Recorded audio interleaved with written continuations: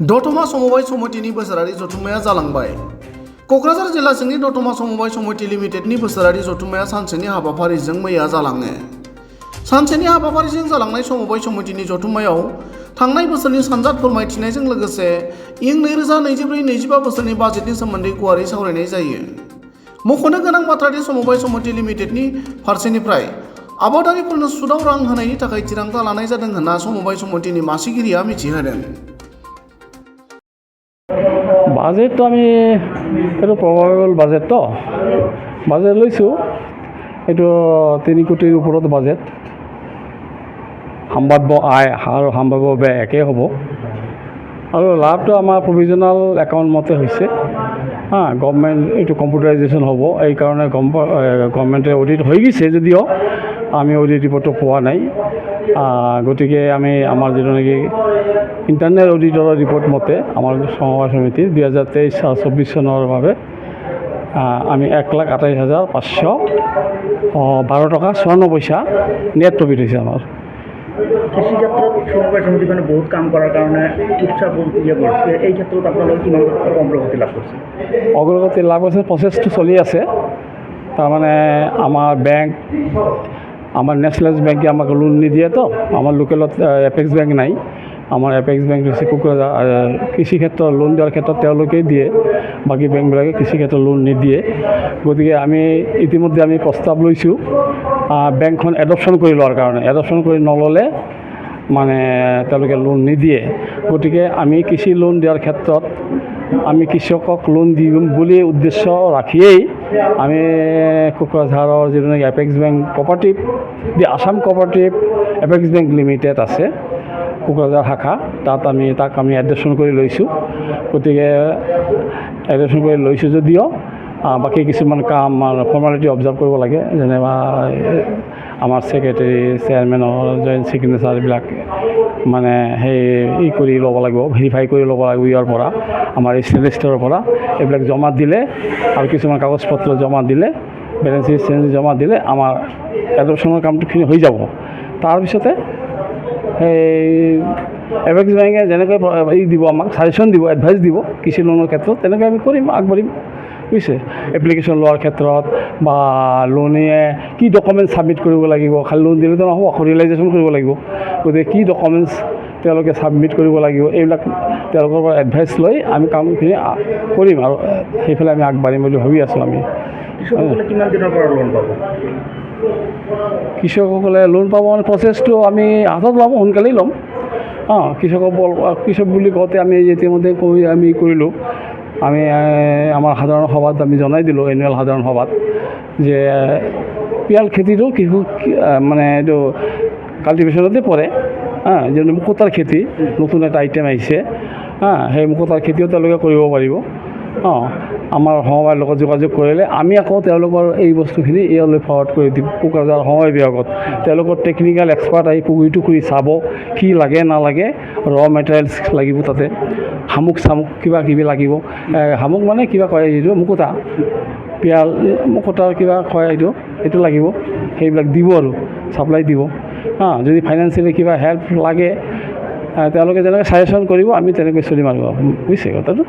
দতমা সমবায় সমিতিত মানে আমি এটা ঢৌ আনিবলৈ বিচাৰিছোঁ, যাতে কৃষিৰ ক্ষেত্ৰত বহুত লাভৱান হয় আৰু কৃষিৰ ক্ষেত্ৰত খুব যেন সকলোৱে যেনে কৃষিত লাগি ধৰে। সেইকাৰণে আমি এটা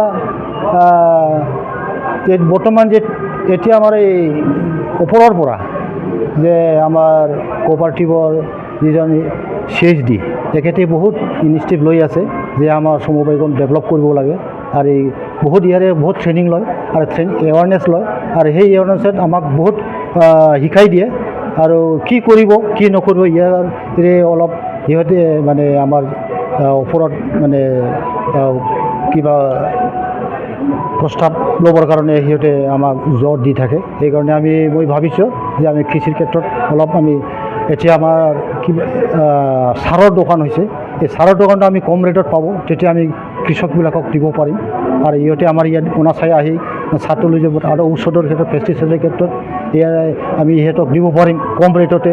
আৰু চিটৰ ক্ষেত্ৰত ভাল চিট আনি আমি দিব পাৰিম সিহঁতক।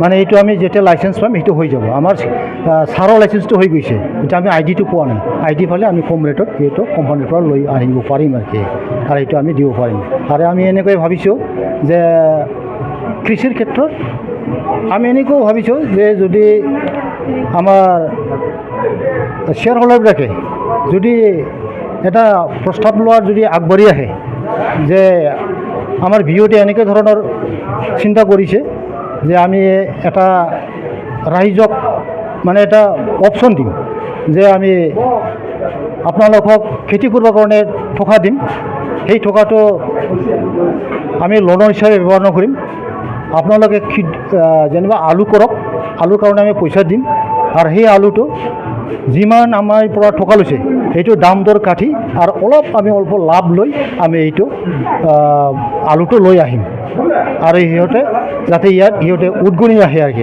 আলুটো আমি কৰিব লাগিব বা যিকোনো এতিয়া সৰিয়হ আহিছে সৰিয়হটো আমি এনেকৈ ভাবিছোঁ যে আমি সৰিয়হ উৎপাদন কৰিবৰ কাৰণে বিঘাত কিমান লাগে সেইটো আমি দি দিম আৰু পানী লাগে পানীত ছিটিয়াবৰ কাৰণে যিমান পইচা লাগে সেইটো আমি দি দিম পিছত আমি এইটো আমি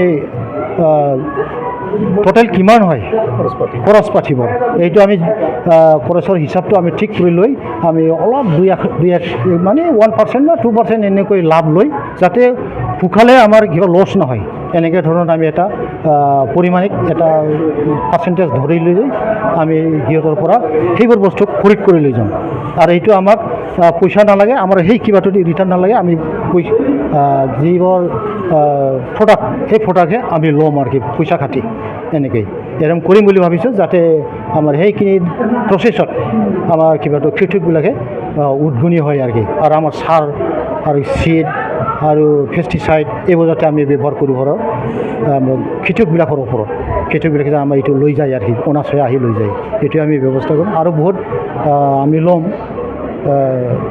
ল'ব বুলি ভাবিছোঁ ব্ৰিটিছ চৰকাৰক কি আহ্বান জনাব ব্ৰিটিছ চৰকাৰক আমি এতিয়া আমি বহুত কিবা কিবি আশা কৰোঁ ব্ৰিটিছ চৰকাৰৰ পৰা ব্ৰিটিছ চৰকাৰে যেন এইটো আমাৰ এই কোকৰাঝাৰ অঞ্চলটো বা BTC এৰিয়াটো আমাৰ BTC এৰিয়াৰ চিফ হিচাপে বা চৰকাৰ হিচাপে যাতে বিজনেছৰ কৰিডৰ বনায় যেনেকৈ বেংগলটো বিৰাট বিজনেছৰ এক্সপাৰ্ট আমি সিহঁতৰ লগত ফেৰ পাতিব নোৱাৰে আলু লাগে তাৰ পৰাহে আনিব লগা হয় চাউল লাগে আমি বাহিৰৰ পৰা লৈ আনিব লগা হয় এনেকৈ ধৰণৰ আৰু কি যাতে আমাৰ ইয়াত এনেকৈ ট্ৰেইনিং কিবা কিবি দি যাতে